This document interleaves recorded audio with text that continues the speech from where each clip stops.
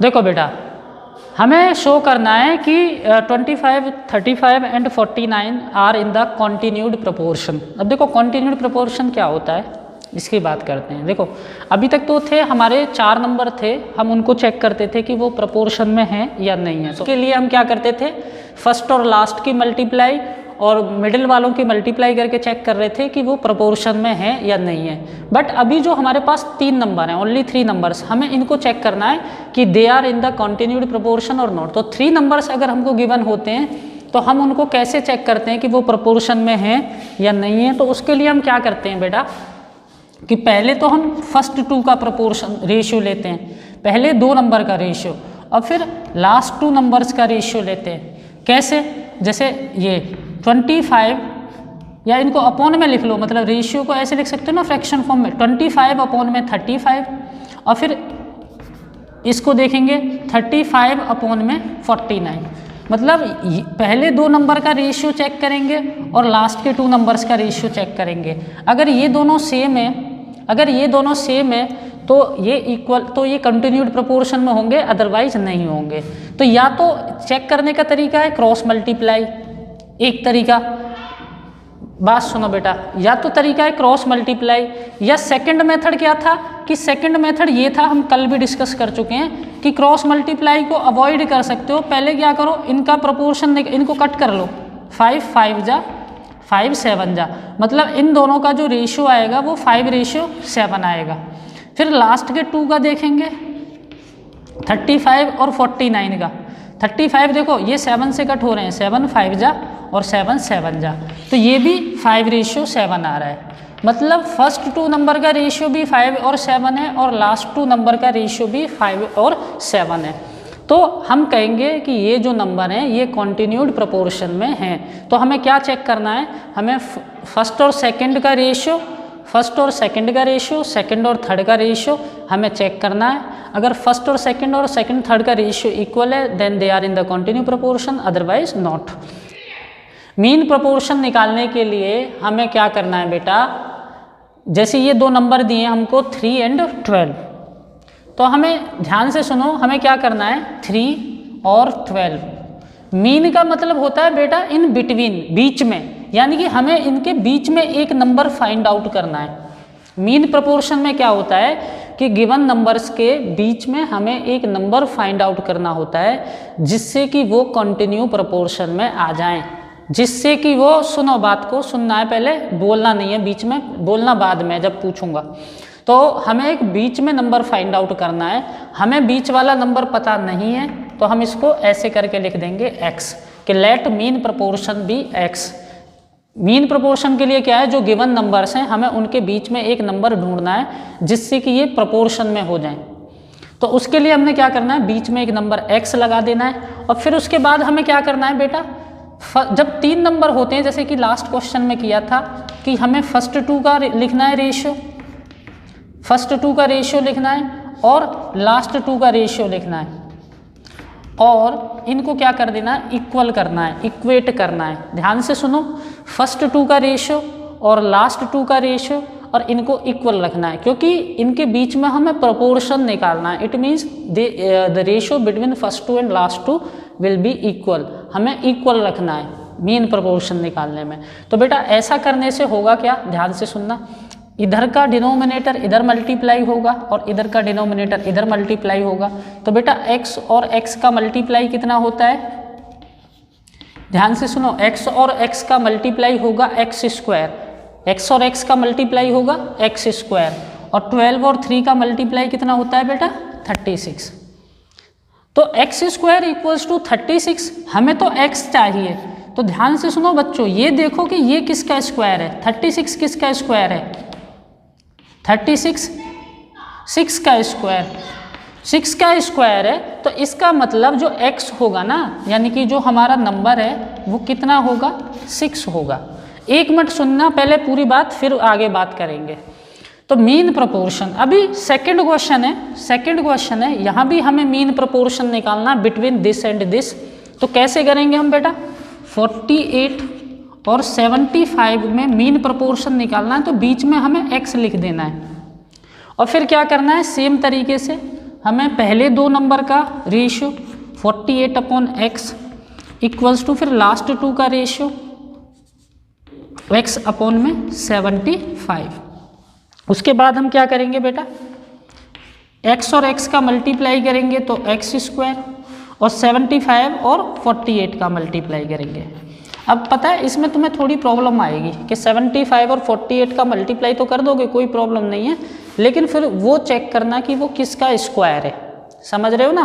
देखो 36 को तो तुमने आसानी से पता कर लिया कि 36 इज द स्क्वायर ऑफ 6, लेकिन इतना बड़ा नंबर जब आएगा तो वो किसका स्क्वायर है ये तुम्हें पता नहीं चलेगा। तो उसके लिए ना तुम्हें एक काम करना है, तुम इस 75 को ना 75 के तुम फैक्टर कर लो बेटा, 75 के फैक्टर कर लो। फैक्टर कैसे करते हैं बेटा, ध्यान से सुनो। 75 देखो बेटा 3 से डिवाइड होगा 25 टाइम, 5 से डिवाइड होगा 5 टाइम और 5 से डिवाइड होगा 1 टाइम। यानी कि 75 को मैंने लिख दिया 3 × 5 × 5। अब इस 48 के फैक्टर कर लो, 48 के फैक्टर कर लो। 2 से 24 टाइम, 2 से 12 टाइम, 2 से 6 टाइम, 2 से 3 टाइम और 3 से 1 टाइम। इसको क्या लिख देंगे बेटा हम, 2 × 2 × 2 × 2 × 3। ध्यान से समझ लो, करने को तो हम यहाँ भी ऐसा कर सकते थे, लेकिन यहाँ पे हमें सीधा ही पता है कि 36 किसका स्क्वायर है, लेकिन इस क्वेश्चन में हमें नहीं पता चलेगा कि ये किसका स्क्वायर है, तो हमने इनके फैक्टर कर लिए। फैक्टर करने के बाद हमने देखा, अब मेरी बात ध्यान से सुनना, यहाँ पे पेयर देखने तुमको, पेयर देखो यहाँ पे 3 का पेयर है, किसका पेयर है 3, तो उस पेयर में से सिंगल नंबर लिख देना है, पेयर में से सिंगल नंबर लिख देना है। 5 का पेयर है, 5 के पेयर में से सिंगल नंबर लिख देना है। 2 का पेयर है, पेयर में से सिंगल लिखना है, और यहाँ भी 2 का पेयर है और यहाँ से भी सिंगल लिख देना है। तो ऐसा करने से ये जो नंबर मिलेंगे यही तुम्हारे आंसर होंगे, फैक्टर करने के बाद जो तुम्हें नंबर। तो बेटा इनकी मल्टीप्लाई करो, 3 × 5 = 15, 15 × 2 = 30, 30 × 2 = 60, यानी कि तुम्हारा आंसर हो जाएगा 60। ओके, देखो 10th क्वेश्चन में कहा गया है कि लेंथ और ब्रेथ जो ना किसी स्कूल के प्लेग्राउंड की, लेंथ एंड ब्रेथ वो इस रेशियो में, लेंथ और ब्रेथ का रेशियो 5:3, ठीक है। और हमसे कहा गया है कि जो ब्रेथ है हमारी वो कितनी है 66 मीटर, ब्रेथ है हमारी 66 मीटर, तो हमें लेंथ बतानी है। समझ रहे हो ना, मतलब ऐसे करके एक स्कूल है, स्कूल का प्लेग्राउंड है, उसकी लेंथ ब्रेथ का रेशियो गिवन है, लेंथ ब्रेथ का रेशियो गिवन है। लेंथ 5 नहीं है बेटा, 5 और 3 की रेशियो में हमें ये बताना है, और हमको बता रखा है कि ब्रेथ जो है ना अपनी, ब्रेथ जो है वो कितनी है 66 मीटर, तो हमें लेंथ बतानी है।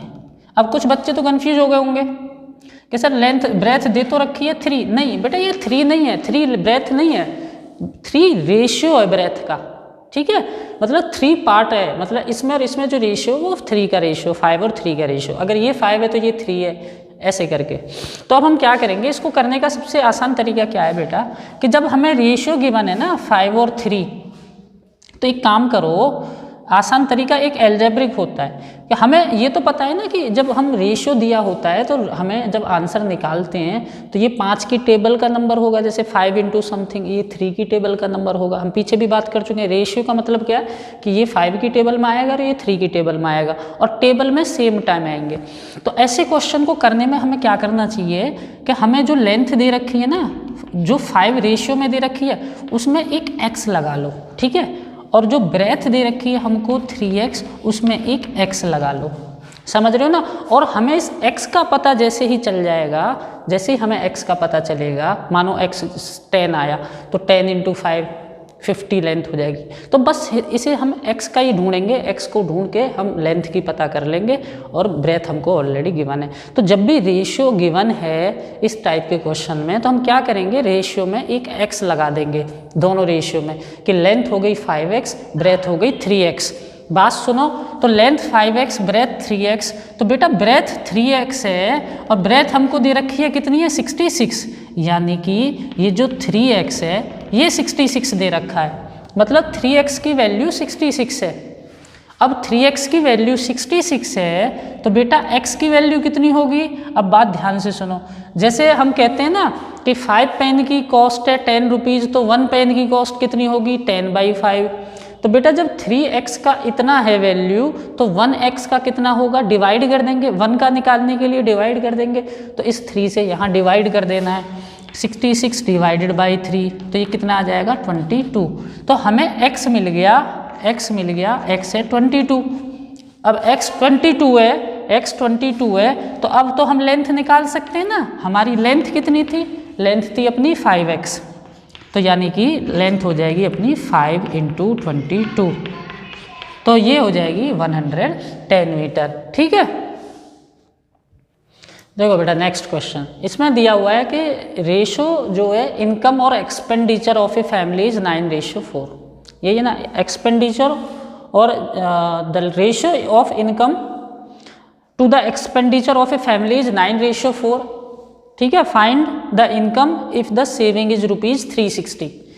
तो एक बात है, क्या दिया हुआ है कि एक फैमिली में जो इनकम है और जो एक्सपेंडिचर है, बेटा एक्सपेंडिचर का मतलब होता है खर्चे जो स्पेंड होता है। ठीक है, कि इतनी तो इनकम है और इतने उसके एक्सपेंडिचर हैं, और ये रेशियो में गिवन है, not in number, not in rupees. समझ रहे हो ना, इनकम तो इतना है रेशियो और एक्सपेंडिचर का रेशियो ये है, और सेविंग बताई हुई है हमको रुपीज में, सेविंग बताई हुई है हमको रुपीज में, और हमसे पूछिए इनकम। तो देखो बड़े ध्यान से सुनेंगे, आराम आराम से करेंगे। तो बेटा ये जो रेशियो दिया है इनमें हम x लगा लेंगे, इनमें हम x लगा लेंगे। जैसे बेटा पहला जो रेशियो है वो किसका है, इनकम का, तो हम इनकम को कितना लेट करेंगे 9x, ध्यान से सुनते जाओ 9x, और एक्सपेंडिचर को हम कितना लिखेंगे बेटा 4x। ठीक है, इनकम को 9x, एक्सपेंडिचर को 4x, और हमको क्या दे रखा है सेविंग। अब बेटा एक बात बताओ, हम सेविंग कैसे, क्या होती है सेविंग, सेविंग जो होती है ना, सेविंग का मतलब होता है कि हमारे पास जितने रुपए हैं हमारी या जितनी इनकम है, हम उसमें से स्पेंड को, एक्सपेंडिचर को सब्ट्रैक्ट कर दें तो वो हमारी सेविंग होती है। जैसे सपोज करो तुम्हें 100 रुपीज़ मिलते हैं, तुम्हारी इनकम 100 रुपीज़ है, पॉकेट मनी समझ लो, उसमें से तुमने 30 रुपीज़ स्पेंड कर दिए, एक्सपेंडिचर हो गया तुम्हारा 30 रुपीज़ का, तो तुम्हारी सेविंग कितनी होगी, टोटल 100 में से और जो तुमने खर्चा किया उसको माइनस कर देंगे, है ना।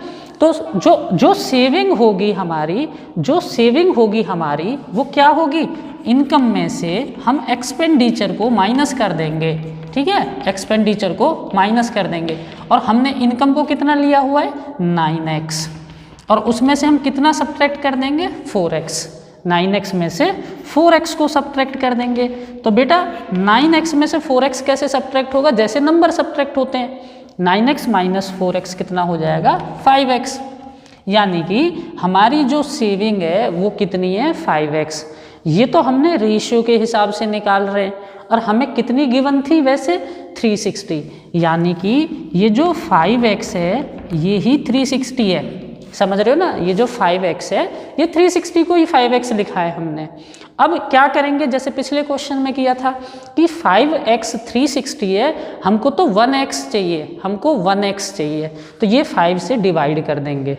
ये चीज़ समझनी है तुमको ध्यान से, तो हम इसको 5 से डिवाइड कर देंगे, जिससे हमें x का पता चल जाएगा। हमें कर क्या रहे हैं, हम x को ही तो ढूंढ रहे हैं, x कितना है। जैसे ही हमें x मिल जाएगा हमारी सारी समस्याएं खत्म हो जाएंगी।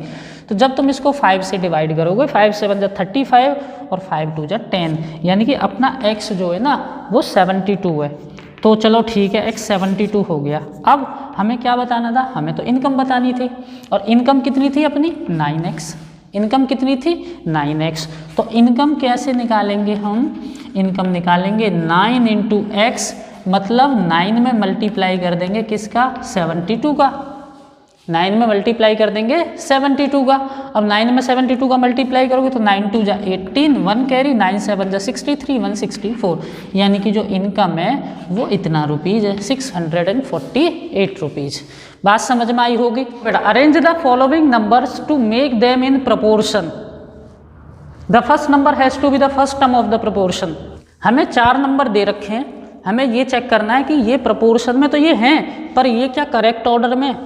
तो सबसे पहले तो हम इन्हीं ऑर्डर को चेक करेंगे, देखो ध्यान से, 8/24 और 9/27। पहले दो को लेंगे और आखिरी के दो को लेंगे। तो बेटा ये कटा 1 जा 3 जा, ये 1 जा ये 3 जा, दोनों इक्वल आ गए। तो इसका मतलब ये करेक्ट ऑर्डर है, यानी कि 8, 24, 9 और 27 ये जो नंबर हैं ये हमारे करेक्ट ऑर्डर में ही हैं, ये हमारे करेक्ट ऑर्डर में ही हैं। ये प्रोपोर्शन बना रहे हैं, 8/24 और 9/27 जो है ये इक्वल आ रहा है। और एक और बात ध्यान से सुन लो, जब ये करेक्ट प्रोपोर्शन में है ना बेटा, एक चीज़ ये ध्यान से सुन लो, तो हम इन नंबर को भी एक्सचेंज कर सकते हैं, सेकंड और थर्ड नंबर को। कैसे? यहाँ पे 9 ले आओ और यहाँ पे 24 ले जाओ और 27 को लास्ट में ले जाओ।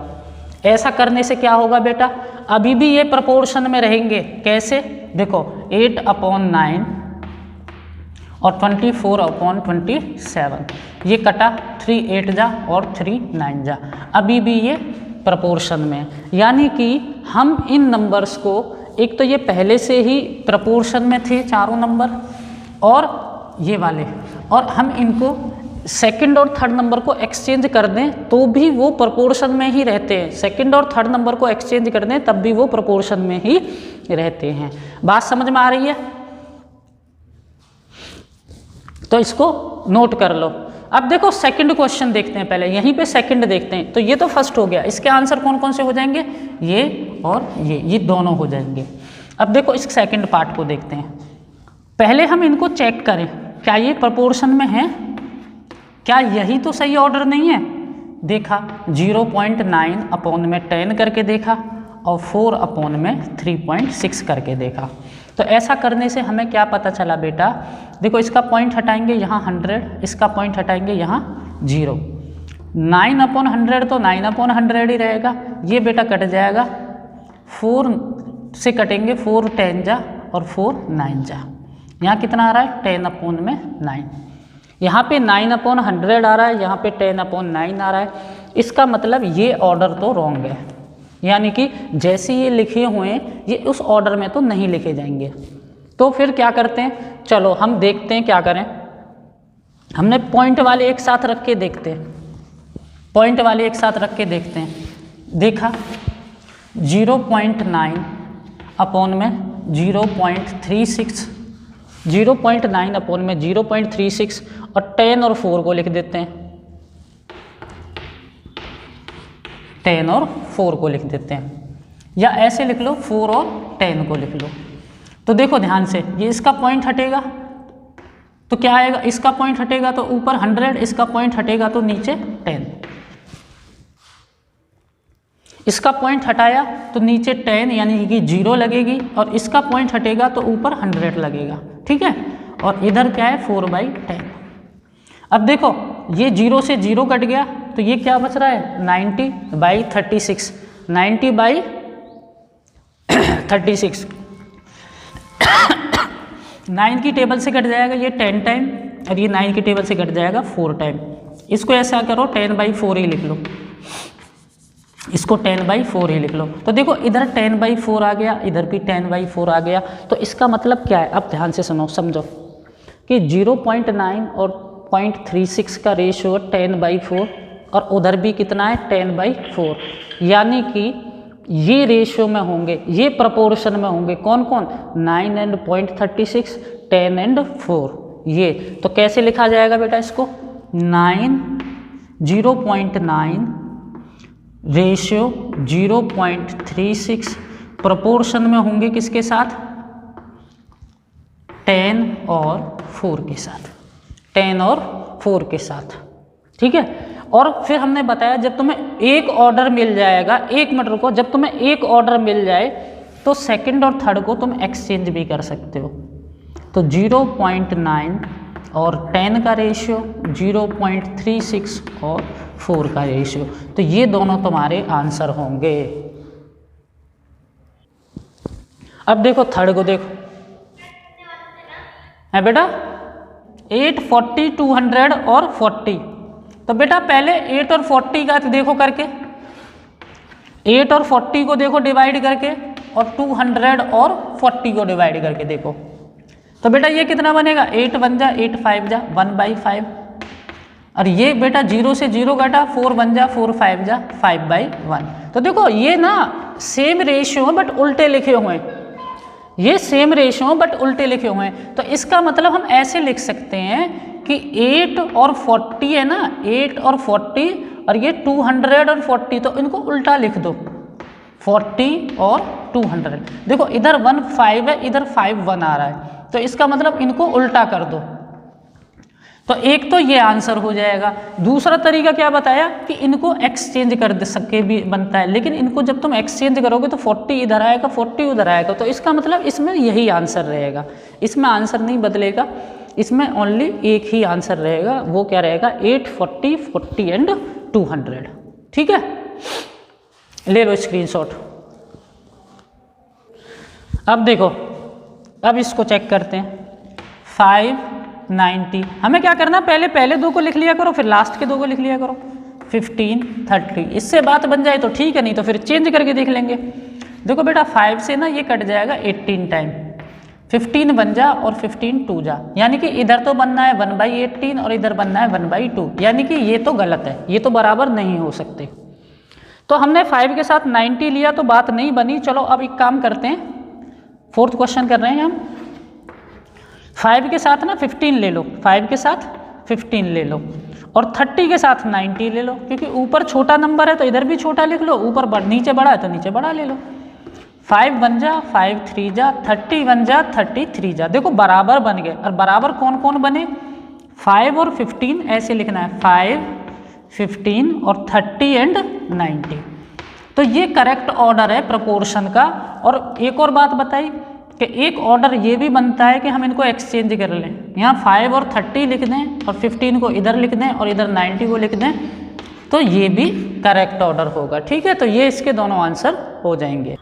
देखो बेटा अगला क्वेश्चन है, do the ratio 12 centimetre to 3 metre and 8 second to 3 minute form a proportion. क्या ये और ये प्रपोर्शन बनाते हैं बेटा? अब बेटा प्रपोर्शन होता है क्या, if two ratios are equal then they form a proportion. तो पहले हम क्या करेंगे, हम इनका रेशियो निकालेंगे और इनका रेशियो निकालेंगे। अगर दोनों रेशियो इक्वल हो जाएंगे तो ये प्रपोर्शन बनाएंगे, अदरवाइज नहीं बनाएंगे। लेकिन ये इस क्वेश्चन में एक और बात है बेटा, जब हम 12 सेंटीमीटर और 3 मीटर का रेशियो निकालेंगे ना, रेशियो जब भी निकालते हैं ना तो यूनिट सेम होनी चाहिए। यहाँ सेंटीमीटर है, यहाँ मीटर है, तो बेटा हम क्या करेंगे, इस मीटर को हम सेंटीमीटर में बदल लेते हैं, और मीटर को सेंटीमीटर में बदलने के लिए हम 100 से मल्टीप्लाई करते हैं, और 100 से मल्टीप्लाई करने पे ये 300 बन जाएगा। तो ये बनेगा बेटा, अब इसको काट लो, ये 4 से डिवाइड हो जाएंगे, 4 3 जा 12, 4 7 जा 28 और 4 5 जा 20, यानी कि ये जो है ना वो ये रेशियो बना रहा है। अब उसको देखते हैं बेटा, 8 सेकंड और 3 मिनट का रेशियो निकालना है। तो मिनट को सेकंड में बदल लो बेटा, 1 मिनट इक्वल्स टू 60 सेकंड, तो 3 मिनट इक्वल्स टू 3 × 60 यानी कि 180 सेकंड। समझते हो ना बात को, 1 मिनट में 60 सेकंड होते हैं, तो 3 मिनट में 3 × 60 यानी कि 180 हो जाएंगे। अब इसको काट लो बेटा, अगेन ये भी 4 से डिवाइड हो रहा है, 4 2 जा 8, 4 4 जा 16 और 2 4 5 जा 20, यानी कि इनका जो रेशियो आएगा वो 2:45 है। इधर रेशियो 3:75, यहाँ 2:45। अब इसने बोला कि ये क्या प्रोपोर्शन बनाते हैं? बेटा प्रोपोर्शन तभी बनते हैं जब रेशियो इक्वल होते हैं। When 2 ratios are equal then they form a proportion. ये दोनों रेशियो डिफरेंट हैं, तो इस वजह से हम कहेंगे कि ये प्रोपोर्शन नहीं बनाएंगे। ठीक है, अगर याद भी नहीं है तो अब याद कर लेना बेटा। मीन प्रोपोर्शन कैसे निकालते हैं? हमें 2 नंबर गिवन हो, हमसे मीन प्रोपोर्शन पूछा जाए और 2 ही नंबर के बीच में हम मीन प्रोपोर्शन निकालते हैं। ठीक है, बिटवीन 2 नंबर्स। जैसे फर्स्ट है 81 एंड 121, तो बेटा हम क्या करते हैं कि उनके बीच में एक मीन प्रोपोर्शन को हम x मान लेते हैं। ठीक है, अभी फर्स्ट कर रहे हैं, फिर सेकंड थर्ड करेंगे। और फिर हमें क्या करना होता है, पहले 2 का रेशियो और आखिरी 2 का रेशियो इक्वल रखते हैं, क्योंकि ये प्रोपोर्शन में 81/x इक्वल्स टू x/121।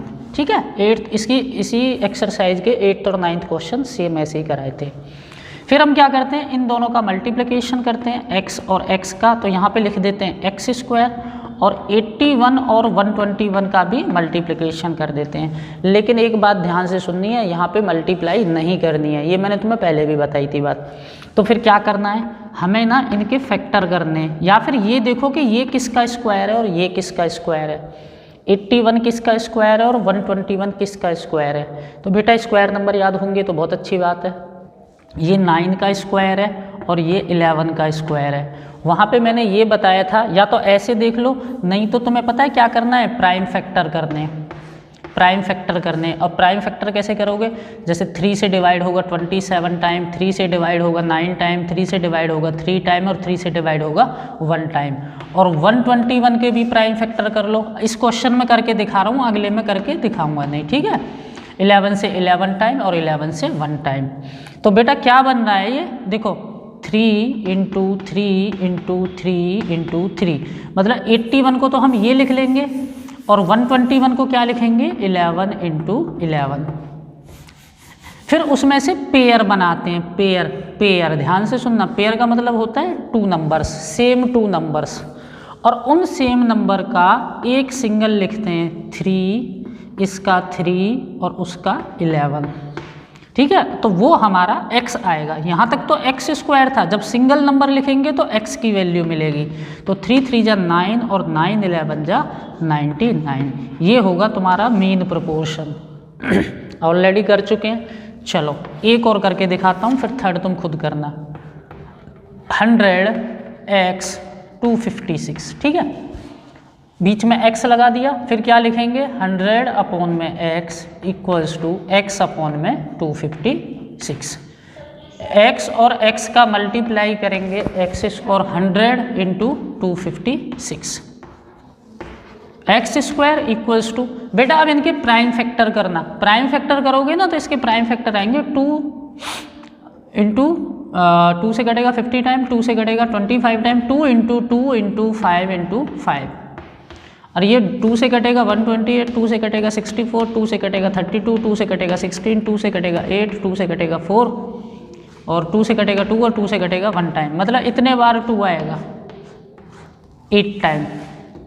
और जितने भी पेयर हैं उनमें से सिंगल सिंगल नंबर लिख देना है, 2 5, फिर इसका 2, फिर एक और 2, फिर एक और 2 और फिर एक और 2, इनकी मल्टीप्लाई कर लो बेटा। 2 5 जा 10, 2 जा 20, 2 जा 40, 2 जा 80, 2 जा 160, ठीक है। तो हमारा मीन प्रोपोर्शन आ गया 160, ठीक है।